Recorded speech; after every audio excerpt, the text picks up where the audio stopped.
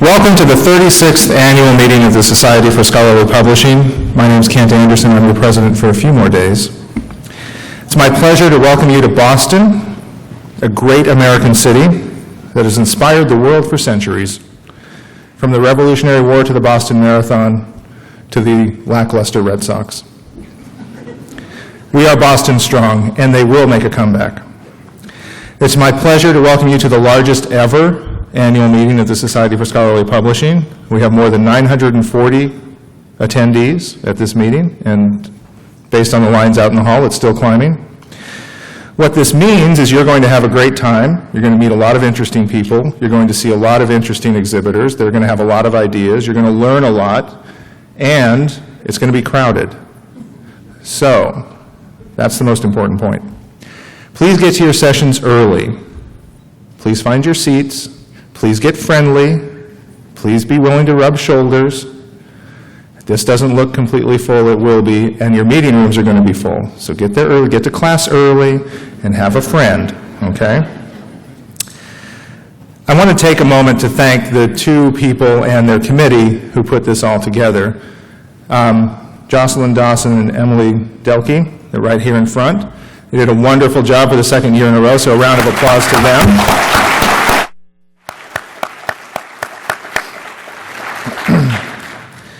So when you do a really great job at the SSP, you get rewarded by being elected to the board. So there are now two new board members as well, so they're going to bring their energy, talents, and ideas to the board, which we're really looking forward to, so thank you.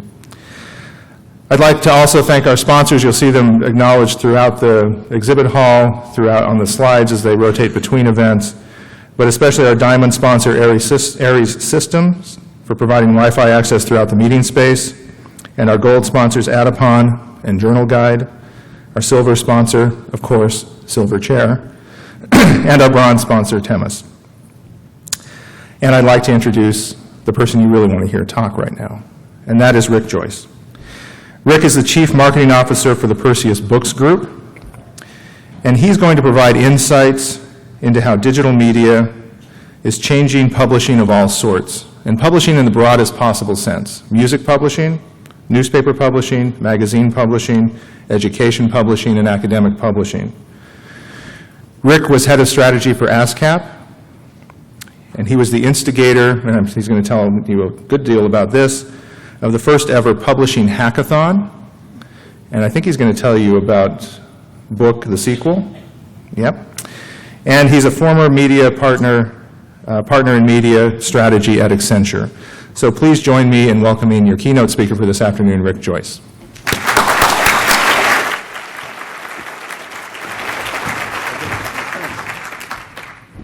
Thank you. So you got to see me do the youthful run to the stage. Now you've seen the jacket. Now I take the jacket off because I only wore it because it was so cold. It was 80 degrees in New York yesterday when I left. I'm very happy to be here.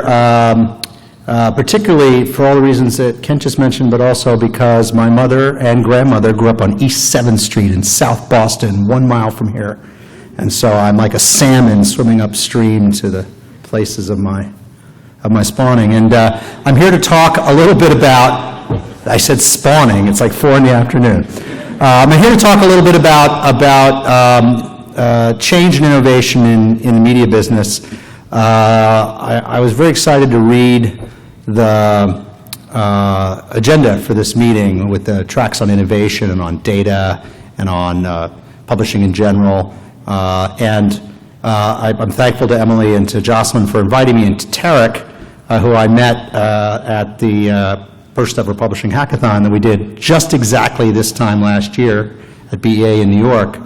And for giving me the opportunity to put my thoughts together on the topic of innovation in publishing. And I have a lot of slides. I'm going to talk really fast, and I apologize in advance for that. But it's so that we can sort of get through it all.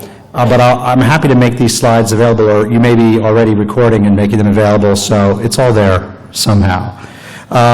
So the title of my talk is Innovation, the Great Race, or Reinventing the Media Bicycle While You're Riding It. And this is the bike I had as a kid. I love this bike. But when you talk to most people in most organizations about change, particularly about changing the place they work, this is what they think. And it scares them, and they're pretty sure that they're going to get hurt. And, or maybe even this is what they think. They don't think this, which is really what we both want and need when we think about trying to change our organizations. And I'm here to talk a little bit about how my company has approached it, and also what are the kind of major forces at work, and hopefully it'll be a good sort of appetizer for the very impressive and interesting set of sessions you guys have over the next 2 days. I think it's a very auspicious moment for you to be gathering here, the Society for Scholarly Publishing, because at this moment, right now, the #1 nonfiction book in America is published by University Press, right here in Boston. Who knows what it is? It's 685 pages long. It has charts in it like this. Right. It's Thomas Piketty's, or Piketty's, Capital. A University Press book is not only like one of the most talked about books in the country right now, but it's actually wildly commercially successful. And you couldn't have known that when you picked this town and when you picked, this topic. But I feel like I take a sign from that any book that you publish or any product that you're making really has the potential to change the conversation and change people's minds and matter. And the biggest challenge is for people to know about it. You've got the scholars and you've got the process to turn scholarship into work. And my understanding of scholarly publishing in the University Press business, about which I know some, is that its mission is to make the fruits of scholarly research available to various publics. This is a big thing, and so I'm going to talk a fair amount about that. It's also an auspicious moment because today in Silicon Valley, Mary Meeker, this woman, gave her annual State of the Internet talk. And I am a publisher and not a scholar or an author, which means I don't write the books, but I point at them. And I want to point at this report because Mary Meeker for 20 years has been by far, maybe 25, the most insightful and accurate prognosticator about the future of the Internet in America, maybe in the world. And even when she's too early or not quite right, she's so influential that she actually moves entrepreneurs, and she moves the technology, and she moves investment.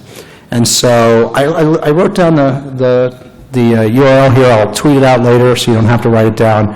But more than I can say about the fundamental forces that are shaping technology today and in the coming couple years, she's going to say. She works, or has said. I read her whole report, the whole report at lunchtime, and I stole some of it for you. So, curation is another privilege of a publisher and a marketer, and I really want to point you at it. And I'm not going to try and deliver her content, but I want to excite you with some of it so that those of you who care about how transformative some of this stuff is, read her work.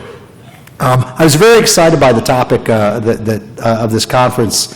Who's at stake and what's at stake, and I took for my organizing principle those very big questions. Who's doing what are we doing, why do we do it, and so I'm gonna use that as my sort of organizing principle. Who am I? Kent introduced me, so I'm not going to spend much time on it, except to say that I'm both a publisher and a marketer and a strategist, and also a theater director, and I'm a really left brain and right brain guy, and I think we're in a left brain and right brain moment in our respective industries, and it really takes some combination of creativity and sort of strategic thinking and analytics to kind of make your way through. And so I'm fortunate to have not been able to make up my mind between the two, I suppose, for many years. Who is Perseus Books Group, which is the place I've been working for the last 10 years? I thought I'd tell you a little bit about that so you know where I'm coming from. And this is a slide I often put up, although I realize it's not particularly scholarly. Go the fuck to sleep, for example, Emily is going to need pretty soon. And any of you with children, I highly recommend this book. Don't read it to them. But just watch the slow mental breakdown of a man who hasn't slept in months. But I do want to say that we are a scholarly publisher as well, and a publisher of serious nonfiction. Many of you might know Basic Books. We're the publisher of Richard Feynman, all of his works. I picked this one because he's playing the bongos in it. Go to Les Scherbach. Sherry Turkle, who teaches at MIT and has done seminal work on the effects of digital technology on people's interpersonal relationships. So between Westview Press and Basic Books, we've been a serious nonfiction publisher for a long time. But I think it might be useful to just wind back to give you context for what I'm going to talk about, to who the company was when I joined it in 2004. Myself, the current CEO, David Steinberger, and I came pretty much at the same moment. And Perseus Books was a small, niche publisher that had been put together by acquisition. The imprints were not near each other. There was one in Boston and one in New York and one in Philadelphia and one in Boulder, Colorado. It didn't even do its own distribution, so HarperCollins was the sales and distribution operation. It had this phenomenal 50-year backlist from some of the imprints, and it was losing a ton of money. And so one of the things I want to point out is that pretty much everything we've done since then came from a place of no resources. And I want to emphasize that because when you're sitting around thinking, well, how can we, innovate or change or make new things happen or participate in a fast-changing industry, we're so small, or we only have a handful of people, or whatever. I'm here to tell you you can, because a lot of what we did mostly with sweat and with persistence and tenacity rather than with gobs of cash. So the company, before we got there, was a set of acquired imprints, and when we got there, we did a little bit of fixing things, publishing fewer books, trying to have better measurement and better management and better controls and all that kind of stuff. And then a couple years later, we started to grow and transform the business. We got into the services business, so we weren't just a publisher, we were a supplier of important services to other publishers. We got into digital in a huge way in 2008. We started making partnerships with other branded entities, other kinds of content. And the biggest thing we did, frankly, was say to ourselves, what business are we in? And when you asked everybody who worked there at the time that I showed up, what is this business, they would say, well, we're a publisher. And it doesn't seem like an enormous shift, but our shift was to say, actually, we're in the publishing business. But we're pretty sure publishing is changing and going to keep changing. And simply by saying we're in the publishing business, and we have several businesses, some of them are imprints, but other things might be something else, it allowed us to think differently about change, and a little less about holding on to the existing business definition. And so that redefining who we are and what we did turned out to be pretty seminal, because today, 10 years later, it's 10 publishing groups, it's 4 big services businesses in 9 locations, it's 650 employees. We not only took physical and digital distribution in-house, but we turned those into services for other independent publishers, and we have 300 or so physical distribution clients. We have 430 other publishers that we are their digital, that we're the way they get digital, and not just digital distribution, but conversion and marketing and a whole lot of other things. We've got a bunch of partnerships. We're 5 times the size of the company we were 10 years ago.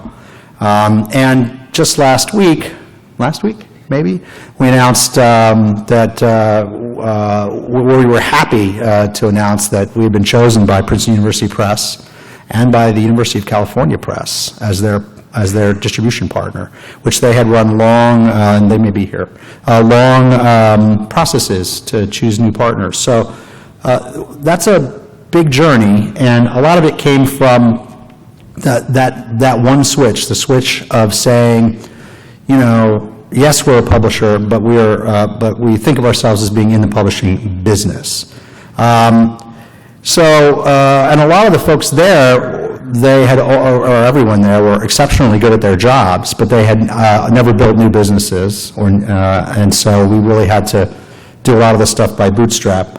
But one of the things we went around and said internally, and I say to you, is whose job is it to innovate? And, you know, I'm pointing at you, it's impolite, but it's everybody. And innovation doesn't necessarily mean you think of something no one's ever thought of and then you go do it. It might simply mean that you do something that your company hasn't done before that needs to be done, or that in your segment of the market hasn't been done, but it's been done elsewhere.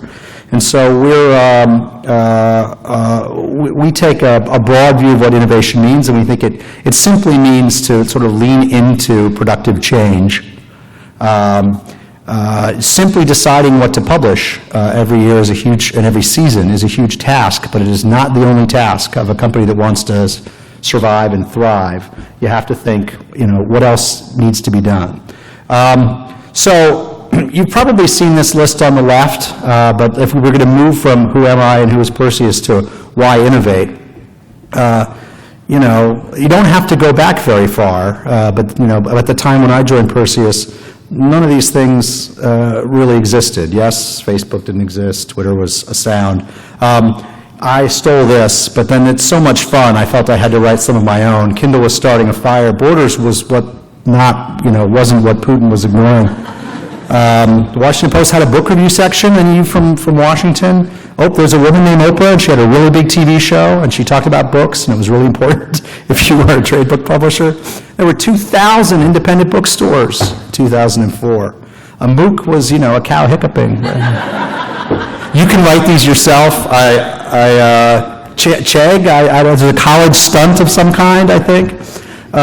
It's a very fast-moving world. Really, if you go back 10 years before that, the big change was Amazon. If you go back 10 years before that, the big change was like mall bookstores or superstores. You know, the pace of change in publishing had been like, hey, every 10 years or so, there's one big change in the business. The last 10 years has been one, pardon my French, damn thing after another. So why think about innovation? Why innovate? You know, because you must. Publishing is fundamentally in transformation. My father, speaking of Boston, got a couple degrees from MIT and was a sort of a software guy his whole life. And when he and I were talking in the last 2 or 3 years or 5 years about what's happened in publishing as it became a digital business, he said, welcome to the treadmill. Because once the business goes digital, it's like the Terminator. It will absolutely not stop, right, until you kill it. And you're not going to kill it. So publishing is in transformation, not at this point in time, as a fundamental state. I don't need to tell you guys that the pressure on academic and scholarly publishing, university presses, is pretty serious at the institutional level. All you have to be as consumers to notice that the retail environment is radically changing. You know, I would ask any of you, have you been to a record store lately? I'm sure there's probably one left somewhere in Cambridge. But, you know, bookstores are oddly and interestingly hanging in, but, you know, the retail environment for all media products is fundamentally different. Do any of you, aside from those of you who woke up this morning in a hotel, still read a paper newspaper? Maybe one, a quarter. Okay, I like you people. You're my people. These are my people. Just as a digression, I love being in a room with publishers and librarians and book people, because the story my mother likes to tell most about me is that I came home from, walking home from school one day, and I was all bruised and covered with blood, and I was maybe 7. And she said, "Oh my God, what happened? Did you get into a fight?" And I said, "Oh no, I was reading a book while walking home and I ran into a mailbox." So these are my people. But massive changes in consumer behavior, right? The paper newspaper, the record store, the idea of watching television programs at the time when they air. I mean, it's, tell me, any of you, who's binge-watched House of Cards? Somebody, yes, not just me. Oh, thank God, not just me. So we're really, there's really transformative changes in consumer behavior. The appearance of new business models, I'm going to talk a little bit about, the downscaling of the physical print infrastructure. If you need more, I could keep going, you don't need me to, but this ought to be a good reminder that innovation is really not a luxury. The risky thing today would be to stand still. But also, not to be a downer, you should innovate because you can. The infrastructure for innovation has gotten very sophisticated and also very easy. There are plug-and-play platforms. If you want to start a new business, you don't have to go hire Salesforce. You could potentially use Salesforce.com. You don't have to go necessarily hire or create a whole accounting department because you can plug and play with Paychex. And you don't need a distribution platform if your business is digital. You don't have to go out and build the internet. It exists for you. And when I started out in business and advertising, you had a new product and you want people to know about it, you had to pay a lot of money to advertise it. You can get to consumers directly now for free. I don't know if any of you have heard of Dollar Shave Club, but they decided to create a subscription razor business. They made one ad. They put it up on the internet. They didn't pay a dime ever to run it on national television, and it got like 9 million hits in 3 months, and they have a 1.5 million subscribers in 3 months. It would have been unheard of in an era before the platform to reach consumers directly for free instantly existed. So plug-and-play platforms. It's also fascinating, really, how much the definition of media is somewhat irrelevant anymore. And I really urge you all to think about relaxing your own notion of what the definition of the media definition of your product is. I defy you to tell me the difference between TimeMagazine.com, a magazine, and Slate, or some other blog. What is a magazine versus a well-written content blog? Some of the New York Times site looks a lot like the same as the Slate site. What's the difference between a newspaper online? So these media definitions actually are helpful because what it is doesn't matter so much anymore, and the walls the expensive walls that kept all of those media separate have disappeared. It's a lot easier to get visibility. Consumers are open to try things. Used to be a big, difficult thing to get consumers to change their behavioral patterns, in part because they really had to change where their feet walked or how they spent their dollars. And here, if you can shift how they spend their time first, you can charge them later. Another reason to really embrace or lean into innovation is because we're very much in a time when expertise matters, where authenticity matters, where knowledge matters, and that's your space. You have the experts. It's shocking to me how you can get, of course, this is our stock in trade as publishers, but you can get an author onto a radio show on NPR or whatever to talk, and the reason you can get them on is because they have a new book. Try getting that author on a show when they don't have a new book. You can get it only when something happens in the world about which they're an expert, like our author Timothy Snyder, who wrote this book called Bloodlands about the Ukraine and Eastern Europe from World War II to 1970.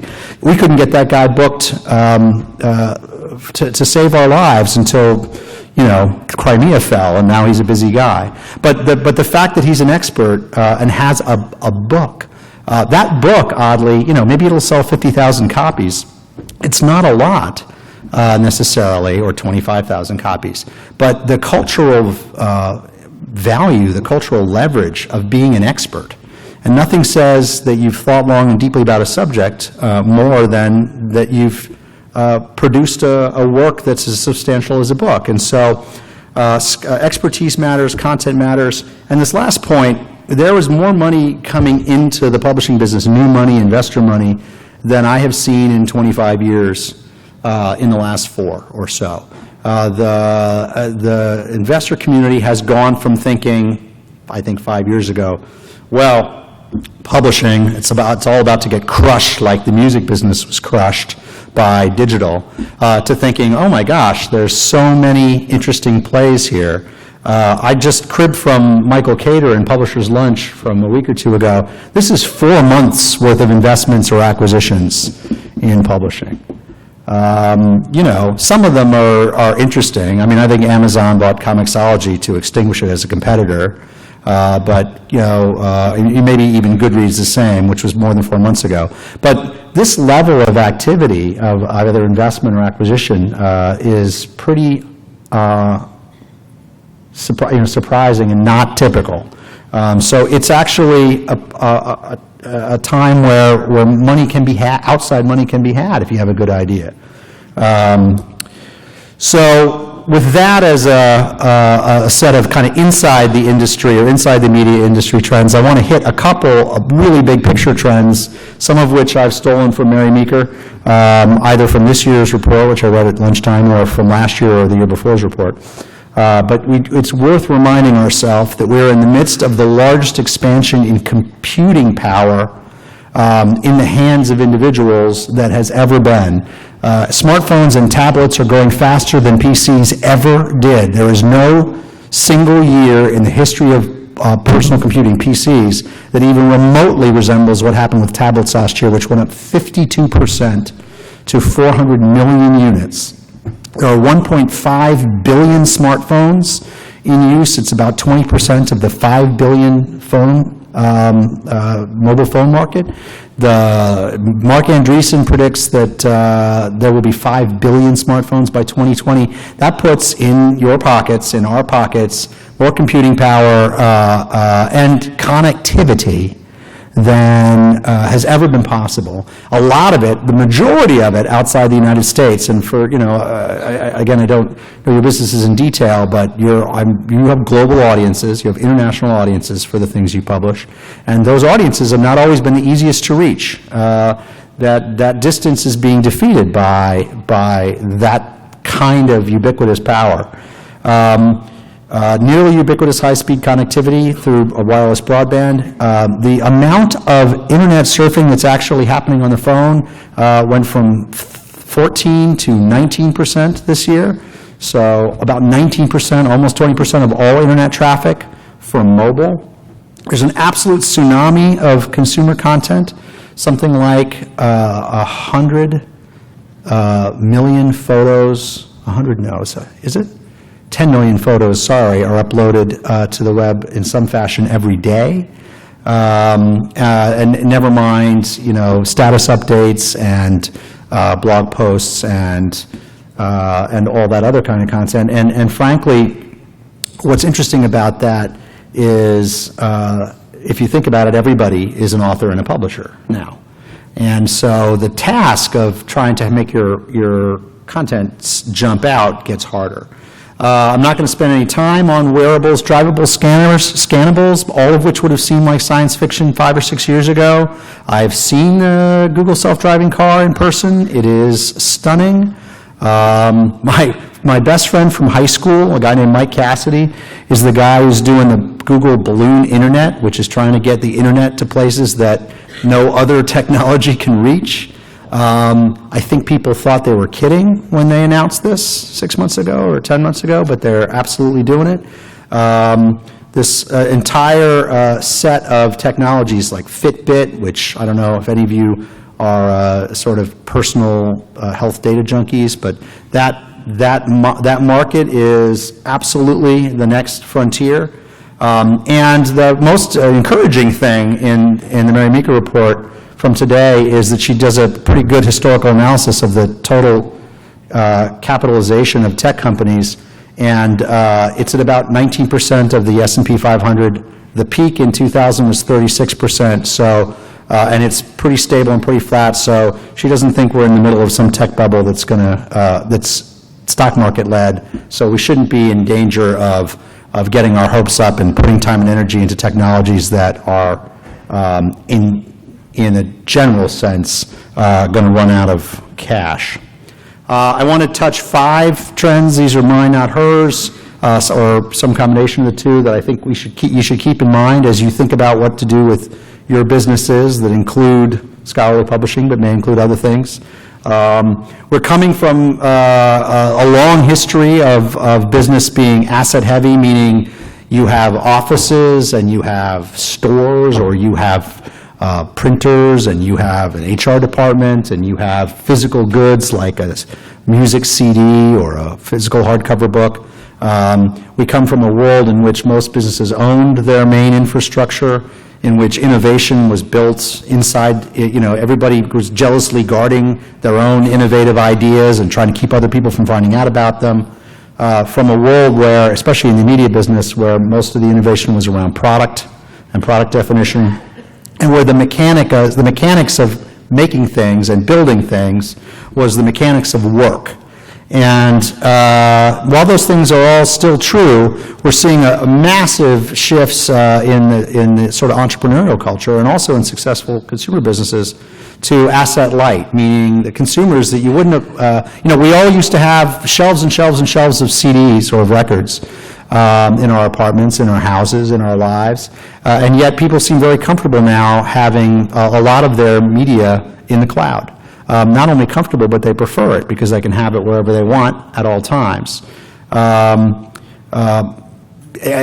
don't know if any of you who have come in from out of town are actually staying in an Airbnb today, but I guarantee you 3 years from now, wherever this conference is, some of you will. And that is a massive asset-light play that says, I don't have to build a hotel to create new rooms for people. I just have to harness the rooms that exist using some kind of matching and community building and rating infrastructure.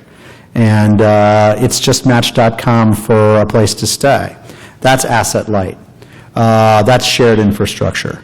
The move from secretive corporate R&D to open innovation, and I'm going to talk a little bit about that as we roll on, is a big shift where people collaborate to build. And you're seeing more and more of that with hackathons and challenge posts and other kind of multiplayer processes, ones where, those of you who use Netflix, you may or may not know that Netflix was really frustrated with their own inability to create a recommendation engine that worked, that they liked, that functioned well, that somehow matched intuition and curation. And they built and were frustrated with it to the point where 4 years ago, I think now, they decided that they were going to put $1 million bounty out, a challenge out, and say, please do better than we've been able to do at coming up with a recommendation engine. They got 315 companies who submitted algorithms. They got to see all of them, pick one, award them $1 million, and then do what they wanted with it. And they say they got a better engine faster and for less money by putting the problem to the market than they did for 4 years in a row of trying to do it themselves. So that's open innovation. A lot of process innovation in the marketplace, not just the product, but the process. I'm wearing Warby Parker glasses. Has anybody ever heard of Warby Parker? Yes. So, Warby Parker these are $99. I had been paying $350 for a pair of glasses before this. But the real thing that got me was not that I saved money on glasses. It's that I used to go into Lens Crafters because I needed new glasses. And maybe I could convince my wife to come with me, or maybe I couldn't. And I would sit there and I would try glasses on and go, I don't know. Is that good? I don't know. I hate looking at myself in these glasses. What am I going to ask the salesperson? They don't know me. And the genius thing that Warby Parker came up with was, we're going to send you look at all of our glasses on the internet, pick 5, we'll send them to you, you can put them on, you can take pictures of yourself in them, you can post them on Facebook and ask everyone you know, do you like these glasses on me? And then, a lot of them be like, I like those, and then you mail them back, and then they send you the glasses. And they reinvented the process of trying on and deciding what glasses to wear. And every single retail industry and every single vertical has some version of that kind of discovery and process reinvention. And so I would suggest that's something to think about. Don't just think about, this is the book we published, this is the journal we published, but think about that process. One of the reasons we've been successful in providing services to independent publishers was to ask them and ourselves, what do you wish existed that doesn't? And to create services that meet those needs.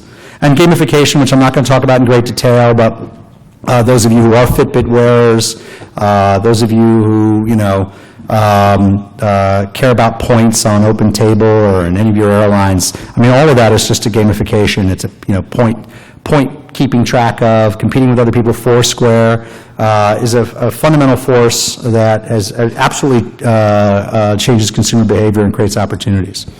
So Mary Meeker, again, who I'm going to keep shouting out to because I really want you guys to read her work, last year in her State of the Internet report called this that we were in the reimagination of everything phase. Don't just think about it as computing and technology, but industry by industry, vertical by vertical, people are taking a look at the business model and going, we could do it completely differently. Whether it's Spotify or Pandora in music, or Netflix for video, or Hulu for video, whether it's Chegg for textbooks, or Square for wallet. Square went from I didn't see it anywhere to I saw it at every single, at Christmas when you go to the little, shops out by Columbus Circle where I work. Everybody had an iPhone and Square, and I was, it completely changed the way they did their retail transactions. Kickstarter for social funding, or Code Academy for learning to code, or Airbnb, which I mentioned, or Uber for hailing a car service. These are not just online ordering, or they are complete rethinks of the process of doing the thing that's being done, and a very asset-light content plus community plus connectivity play. And actually, Mary Meeker's great encapsulation of what these forces are is some combination of computing power, connectivity, UI, user interface, and beauty. And I really love that last one because you know how you feel when you're in the hands of a product or service that has some aesthetic to it. And as publishers, I think we really care about that. We care about the the end flaps and the French flaps and the and the paper if you're into those kinds of things. Or we did the complete works of Richard Feynman. It's this big huge $199 book. It is really, in a sense, a totem for the people who care, who already know the work. They're not buying it as much to read it, although they read it, as to have it, to possess it, because it is a thing of beauty. It speaks to them as scientists or as physicists. And anyone, I'm saying this to you, but I bet in most of your catalogs, or if you're a librarian in your collections, there are books that behave like this, that you must own, and you own them not simply because of their content, but they speak to you as objects. And so we're in a time where innovation really combines not just the content and the computing power and your interaction with it, but its aesthetics. So with that as a sort of the big picture, I move from who and why a little bit to what. What are we as a publisher and as a publishing services company working on? And I picked a couple things that we're doing or have done in the last 2 or 3 years because I think they're potentially broadly applicable. They're not about any one content area. We are travel publishers, and we're science publishers, and we're history publishers. And rather than talk about the details of any category, I thought I would talk about some of the things that cut across. So here's what we're working on: discovery, social listening. I don't have a good word for this yet, and please, at the cocktail party afterwards, come up and tell me what we should call this. I'm going to call them travelers. I'm socializing a need for here, so I really hope I can stand up at a talk in a couple of months and say, I met this person in Boston, and they finally named it for me, or whatever. Business models and analytics. I mean, there are other things we're working on, but these are pretty broadly applicable. Let's talk about discovery for a minute. Here's how I like to think about it. Christopher Columbus was a discoverer. I think about him every day, and the reason I think about him every day is I work on 57th Street and 8th Avenue in New York City, and so I work at Columbus Circle. And this is what the view from my window looked like 100 years ago. That's Columbus Circle. That little column in the middle there, that was built by Italian Americans, and standing on top of that column is Christopher Columbus. I've seen him for 25 years when I come to New York. He looks like this now. That's the Time Warner Center behind it. I don't even think about it. I don't think about Columbus. I don't think about Columbus as a man, or I don't think about history or cultural appropriation or any of the million things that Christopher Columbus connects to. But there's a Japanese artist who came last year and did this to the statue. And I don't know if any of you were in New York for the 2 or 3 months that this was up, but he built a big scaffolding around it, and at the top of that scaffolding he built a room, and there's Christopher Columbus.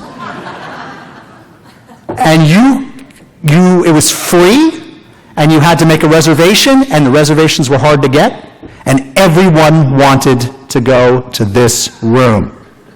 Why? We all know this story. We know Christopher Columbus, but somehow this thing that was very remote from us, very far from us, suddenly we got to get, like, in a room. We could sit and, like, chat. We didn't chat with him, but like it was an interesting room. And the very next thing I did when I finally got a chance to see this was I went, pulled out my phone and I typed in Christopher Columbus on Amazon. There are 7,978 books that come up when you type Christopher Columbus into Amazon. And I found this to be a very powerful metaphor for the following. Everywhere in the world, at any moment, there are a million things that you might want to know more about. And some of them are just not salient to you. They don't appear in your consciousness. But frankly, when you walk by Columbus Circle, wouldn't it be interesting if your pocket kind of buzzed, and because they know you're from Italy, or maybe they know you're from Jersey, and because they know you like history, or maybe because they know you like pizza, or they know one or two other things about you, and they know where you're standing, you know, a book or an article or a song or something gets recommended.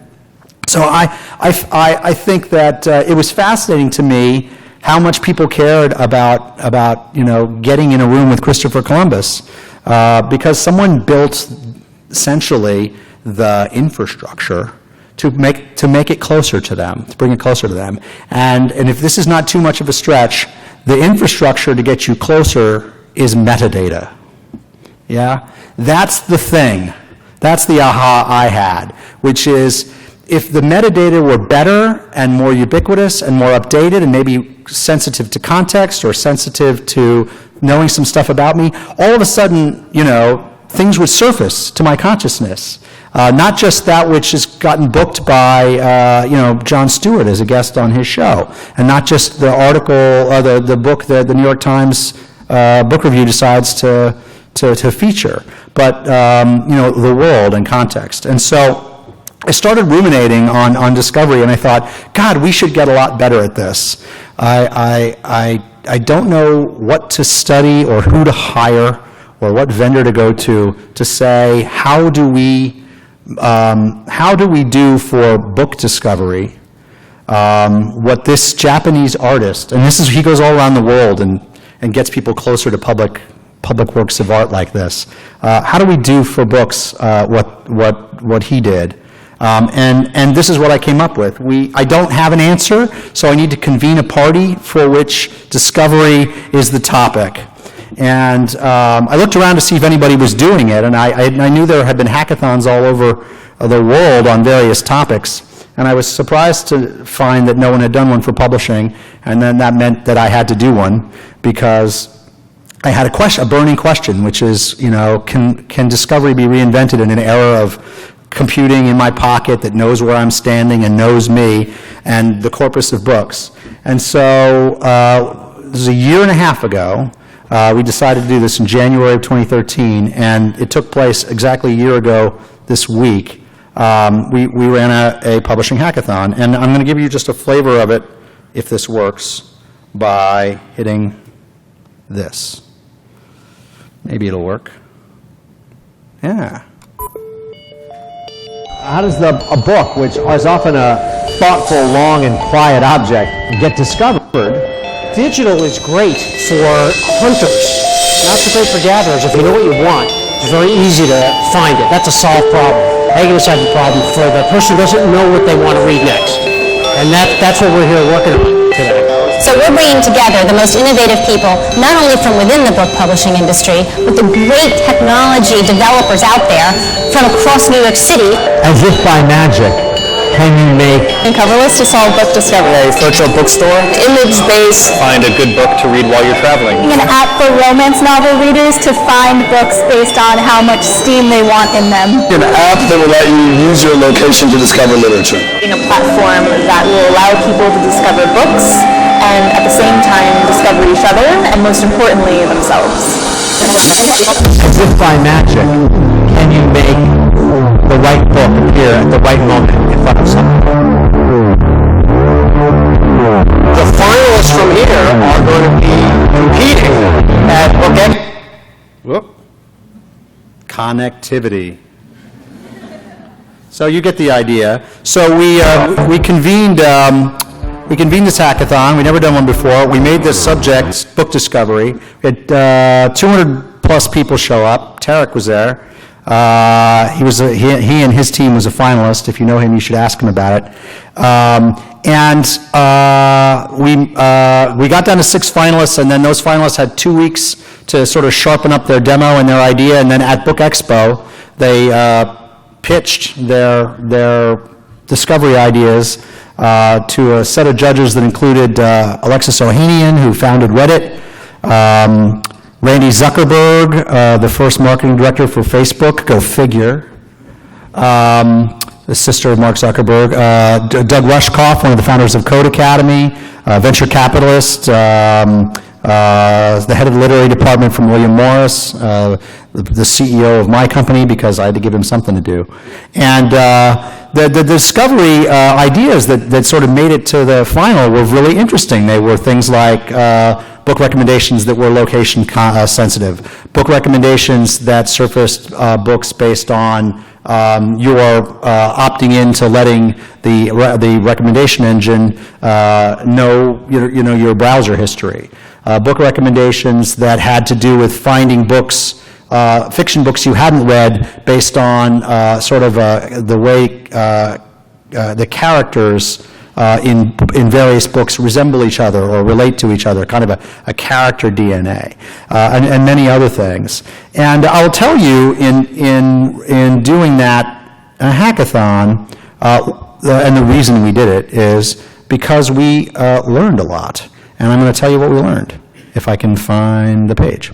And the biggest thing we learned, actually, is that our metadata, the data about all of our books, the author, the title, the content, the jacket image, the description, the categories, all of that, were not that accessible to anybody who wasn't already a retailer or a library or a partner. And we kept, in that weekend of the hackathon, hearing people say, designers and coders and entrepreneurs, 10,000, or us plus clients, 30,000 titles. You had to go through a setup process and learn how to take our metadata feeds. And we didn't do that for just anybody because it was a pain. So one of the things we learned is that we had to create a new system to make the data about our books more easily available and more self-serve, and to cover more information about more aspects, to take unconventional metadata, for example, and also to be updatable, because the other thing we found is most of our metadata was entered when the book was created, and then we never touched it again, unless it won the Pulitzer Prize. And then we would go and say, winner of the 2013 Pulitzer, we'd get that in the metadata. And the new jacket with the little, Pulitzer Prize seal on it. But the truth is, one of the big things we discovered is the metadata should change all the time, because the world keeps recontexting books new. If you've got books in your history backlist about Crimea, or any of these, anything that's happening, you ought to get it. You ought to get that in the metadata so that it comes up. So we learned that if you, a couple other things, if you have problems that you think your company, or more importantly, your industry needs solving, that need to be solved, you actually have to tell people. You have to tell people who don't work in your industry, the kind of people who like to attack technical problems or process problems or even design problems.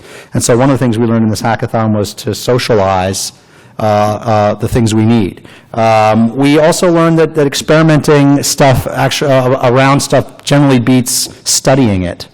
Somehow we would study things endlessly, and when we tried to experiment, we learned things faster, including what was a terrible idea. We started collaborating with other companies more, and we realized that we didn't have a lot of time and energy to devote all by ourselves as a not very big company to some of these problems, but if we could put together 4 or 5 or 10 people from a couple companies, we could get much further. We learned about open innovation and the idea of putting challenges out into the world in some structured way. And then the last thing, which I mentioned, the big aha, which is that, and I'm out of slideshow mode, that we needed a whole new kind of API process for our metadata. So, a couple months after our hackathon, HarperCollins announced a big challenge for problems that they wanted solved. About 3 months ago, the bookseller in London announced that they were going to do their first ever hackathon in London. I don't think there's magic to it, but I think it's an example of sort of provoking the marketplace and yourself, and you're part of the industry, to come together and swarm around a question or an opportunity or a problem. And we learned a ton. And I thought it was very interesting, just last week or the week before, that one of the most respected tech journalists, Matthew Panzarino in TechCrunch, said, we're really getting to a place where a lot of the apps are not so much things you go to, but things that surface stuff for you. And I think book recommendations and content discovery is a great thing to behave like that. Would I like someone to be able to go to an app and get a book recommendation? Sure, but even more than that, I want people who aren't looking to get given a provocation that is so apt, and so spot on that they're like, oh my God, thank you. And I'm going to act on that. And so that's the kind of thing that's happening. I'm going to touch very quickly in the last couple of minutes here, like in a speed tour of a couple other things we're doing, just enough so that if you want to pull this presentation down, you'll be able to get at it. The next one is social listening. We've spent the last 3 years testing every social listening platform that exists.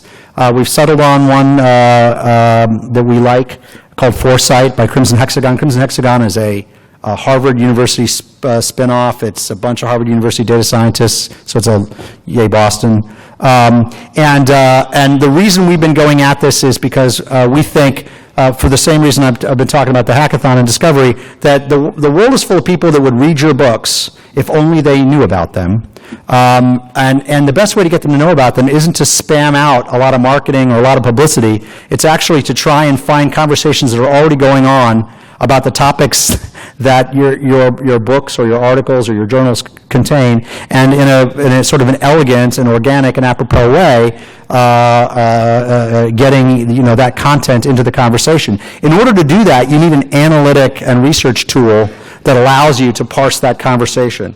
And I want to say to you, I believe that in 3 years or 4 years in publishing, there won't be a publisher, including all of you, who don't have some tool or tools to analyze social media or social listening, because without it, you're just sort of, if you just put search terms into Google, you can't tell what's big, you can't see it on a timeline, you can't rank it by influencer order. I mean, just for fun, I took I'm going to skip this page for a second, the Thomas Piketty book, and I ran it through Foresight just to get a sense of how that worked. And across the top, those little tiny bars or the first month that it was on sale, and then you'll see the volume of social conversation took off.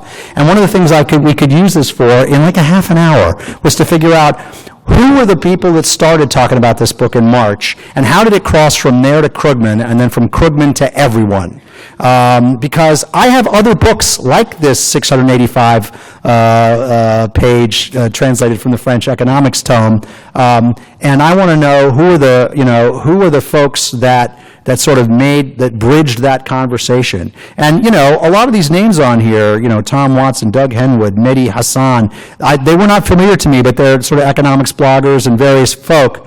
And the conversation then shifted, a month later to, the New Yorker, Slate, BBC, The Nation, Gawker, everybody was writing about it. But that process of being able to take a comp title and analyze the social conversation is incredibly valuable, and I recommend it to you. Travelers, please come up and give me a better word for this, but one of the things that we realize is that the traditional content that we create, a jacket, a product description, a press release, flap copy, it doesn't travel very well. It doesn't it was built for a physical world, built for bookstore browsing.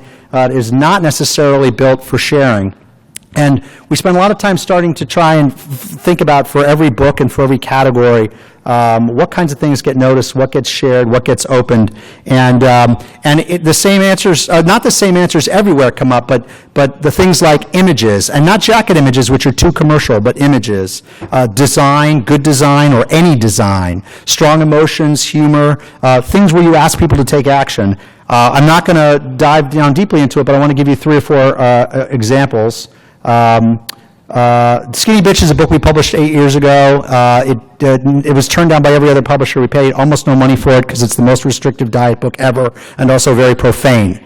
But by word of mouth, it was selling 600 or 800 copies a week after a year, and we thought that was really a huge success. And then Posh Spice was looking for a house in Beverly Hills and walked into a bookstore on Rodeo Drive, saw the book, as you can see it there in her hand. She picked it up. The pack of British photographers that was following her snapped this one picture, just one. That picture made it into the British newspaper, The Sun, the next day. And then a week later, this book was #1 on Amazon, but only in the UK. Why? Because of the picture.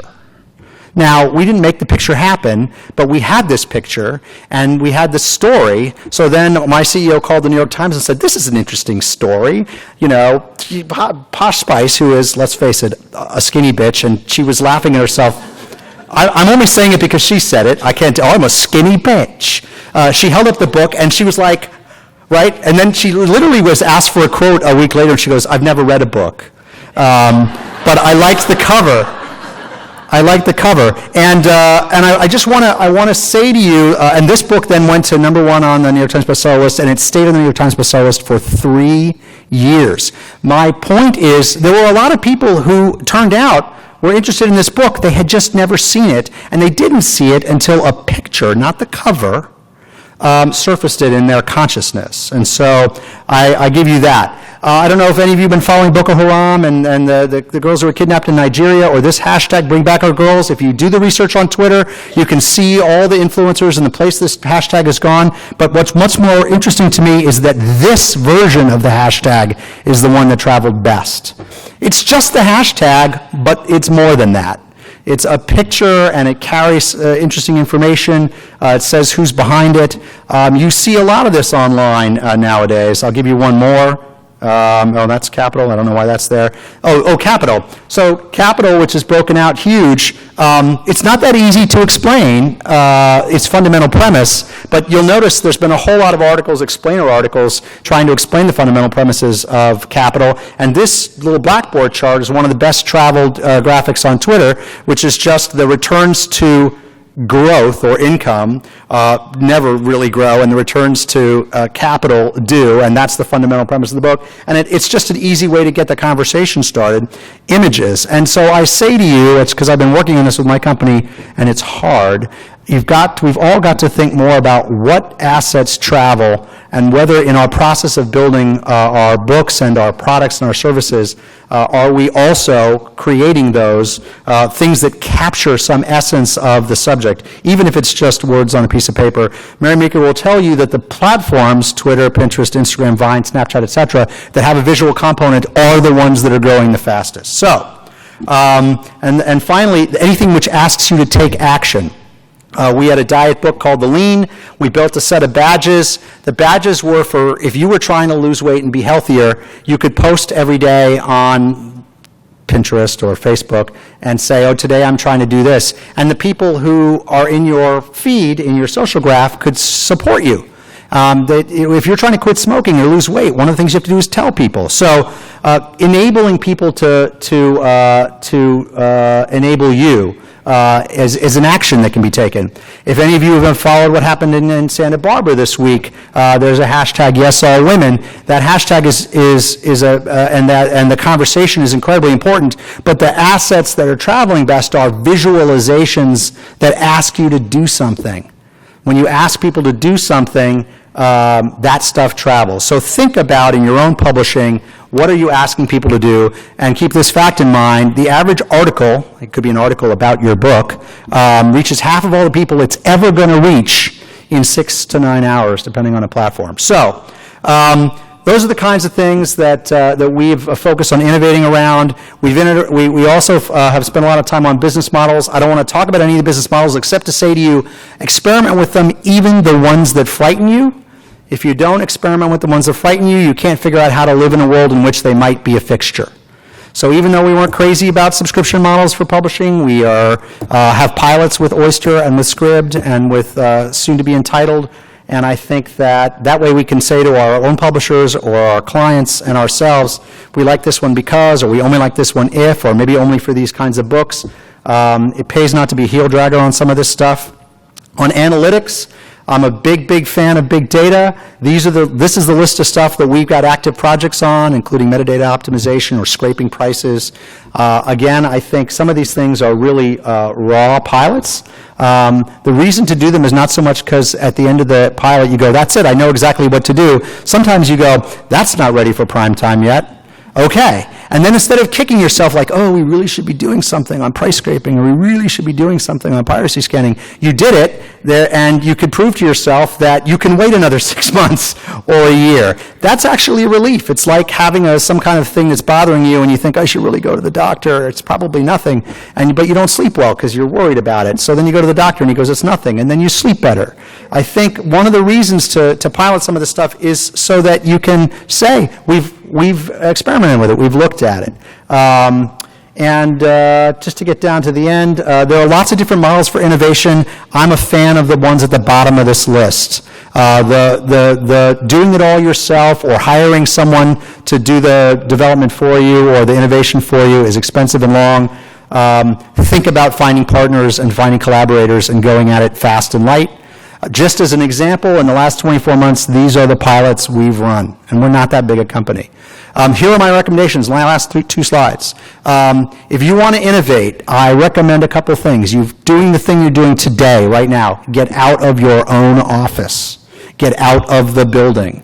You've got to go and meet with people. I make myself meet with at least one startup or potential vendor every week, even if they seem crazy to me, because sometimes I walk out of it and go, well, I don't see us doing anything with them. But if only there was somebody that did something like this, but without that drawback and with this other thing. And that internal conversation is incredibly important. A lot of us, where new vendors or new partners are concerned, we want to wait until we're sure. Do not wait until you're sure. And the reason is, you can have more influence over that vendor before they're all fully baked. You can have influence not only about what they charge, but like the structure of their pricing or the way that they do what they do. I'm a believer in engaging with vendors and tools early, because just so you can figure out whether you want to use them or not, but so you can bend them to your will, and often it requires process change to use well. Reading, the industry stuff and looking around and saying, well, I'm going to wait and see what they do because, until they do it, I don't know if it's any good, and that way I don't have to kick the tires. They are not you. This is not a homogenous business. It could make no sense for them and make sense for you. I wouldn't, and lots of people, I think,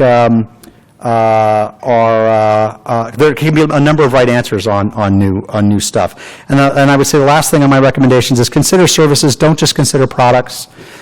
Today's little add-on service thing you're doing for free as a favor to your authors could be tomorrow's gangbuster business. And as you spend the next 2 days in this conference, keep asking yourself, what business are we in? right? What needs are not being met? What is changing and what is fundamental? What can we experiment with and who should we experiment with? You don't have to do it by yourself. The last question was when. Of course, the answer on when to innovate is always. Always be closing. Sorry to get Glenn Ross in there. It's risky to innovate. I have to stand up sometimes in front of my colleagues and say this thing that I wanted you all to pilot, it was a complete disaster. But they all tend to thank me as long as I don't waste their time. And so if you're piloting something and it's a disaster, you can kill it, or you can change it, or you can pivot. So I'm never going to miss the opportunity to recommend some books because I'm a publisher. And so I'm going to tweet these out, but these are books that I think will change your life. The last two have nothing to do with innovation. One of them is just a brilliant read, and the other one is a video on YouTube based on Ron Chernow's biography of Alexander Hamilton. It's a hip-hop opera. And Maya Angelou died today, and she said something very important, and I think it was, we in the publishing industry, in the trade book industry, have in the past spent a lot of time complaining about certain things we don't like. It's a terrible waste of time. If you don't like things, either change them or change your attitude. And part of why I get up and talk is because it engages my optimistic kind of let's go and try it self. I'm open to hearing any of your ideas or questions, either here or out in the cocktail party, but that, I believe, is what I have. Thank you.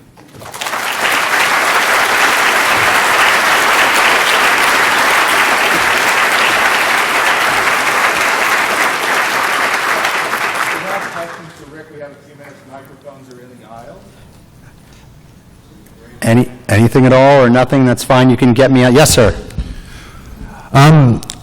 So I guess as the head, you probably didn't have to struggle with this one too much, but I guess one of the questions that probably sits for most people in the room here is how do you persuade the CFO innovation is a good thing to do? Right. We've actually had 4 CFOs in 10 years, and the first 3 were really hard to persuade, and our current CFO, Charles Gallagher, is just brilliant. Very strategic, and part of what we try to do really hard is spend time, not money. And what I say to a lot of the startups and venture, new technology players, is who come to me and say, we want you to be a beta client. Give us all your metadata and pay us $5,000, and then you can be a beta client. And I'm like, you can have all of my books. I'm not giving you $5,000, but what I will do is, if it works, I will tell everyone. And I have 350 clients. And so I try to get them to see me as a partner in making the product better. And I said, we'll be really we'll give you time. You won't just have our metadata. You'll have, you can ask us any question you want. And I think if you negotiate with these folks, one of the things they'll find pretty quickly is there are people who have money and there are people who have time. It's going to cost you either money or time. But tell your CFO, if you can, that we're going to try and negotiate to spend some time. And if you don't do it so much that he's like, well, no one will be doing their jobs then, because everyone's working on your pilots. But that's been our answer. And then the other thing is to try and do a one-page back-of-the-envelope business case that says how much would have to change in order for it to be worth this. I will tell you for social listening, I'm just going to tell you a number, the cost of entry to the poker game to get a license from Crimson Hexagon for Foresight is $50,000. And it's that's an insane amount of money. And I managed to, negotiate getting it free for a while, but then when it was time to actually either take the product or not, I had to think really carefully about how to get as many of my clients in it as possible early so that we could get the cost per client and per sort of book that Piketty analysis down to $50 or $100. And so that's my answer on the CFO thing is try and invest time first, not money. Yes. You mentioned open innovation. I have known people, especially in the design business, who complain about open innovation and competition because they feel often as if what they're being asked to do is give away their services. And how do you respond to that kind of concern? I mean, I could tell you, but answering would be giving away my services. I'm teasing. So I was a consultant for many years, strategy consultant for many years, and one of the things we had to get sort of good at and used to was you have to show the product, you have to demonstrate it. You can't just assert that it's great. And if it can be true, I think it's worth saying to these folks, if this works out, you're going to have a big customer in us. So that's A, and I think we're sensitive to it because we're all in the copyright business. We have jacket designers who are designers. We want people to get paid for their work. But I will tell you that I'm not sort of crazy about, like, if you were going to go buy a new car and they wanted to charge you to test drive it, you wouldn't love that. So I think you have to have a little of that. And I think I will tell you that maybe not all, but most of the 387 companies who spent the time and energy to submit a recommendation engine proposal to Netflix felt that they were, they had not only a shot at $1 million, but a royalty stream and bragging rights. And so there was something in it for them to do that work. And we spent a lot of time, I'll just tell you, when we designed this hackathon, one of the things we heard from the people who do this is you need to make it compelling enough that interesting designers and hackers will show up. And so we spent a lot of time trying to think, well, what should the prize be? And they said, well, money helps. And I'm like, well, what are the prizes usually? Because there are often more than one hackathon in a given week or weekend, and people are trying to decide with their free time where to go and what to do. I mean, ask Tarek the kind of people who are at this hackathon. You had people who were in the IT department at Goldman Sachs who showed up at our hackathon. So the first thing we did was we were like, all right, we're going to offer a $10,000 prize. And they're like, well, that's pretty good, but you need something else that's really cool. And so we spent a while thinking about it, and then we said, how about if the winner can have breakfast with Ari Emanuel and pitch their idea, the chairman of William Morris Endeavor, probably the most powerful agent not only in Hollywood, but in books and in music and in live entertainment. And they're like, no one's ever offered that kind of prize. That'll do it.